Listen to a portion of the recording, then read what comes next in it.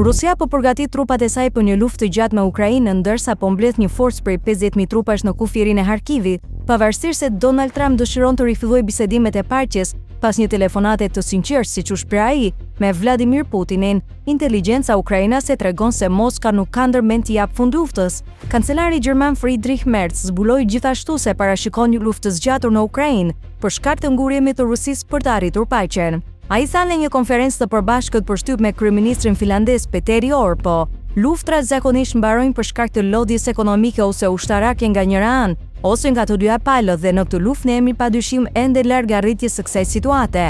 Pra, mund të na duhet të përgatitemi për një kohë zgjatje më të gjatë, sa ai. Dëshira e Merz për përfundimin e shpejtë të luftës vjen pasi u publikuan raporte se Putin po mbledh një forcë prej 50.000 trupash përgjatë kufirit të Harkivit. Ushtria ukrainase në prill raportoi se Kremlini po grumbullonte trupa për të përgatitur për një sulmtëri mbi qytetin e dytë më të madh të vendit. Ele Zelenski tha gjithashtu se Moska është përpjekur të fitojë terren në rajonet kufitare të Sumit në verilindje. Analistët ushtarak besojnë se Putin po përpiqet të shfrytëzojë avantazhin e tij dhe të pushtojë sa më shumë tokë ukrainase. Ata paralajmërojnë se ai ka vetëm një dritare 4 mullore për të arritur përparim në Ukrainë këtë vit, dhe ky mund të jetë fillimi i ofensivës verore të Rusisë, që synon qytetin kufitar të Harkivit.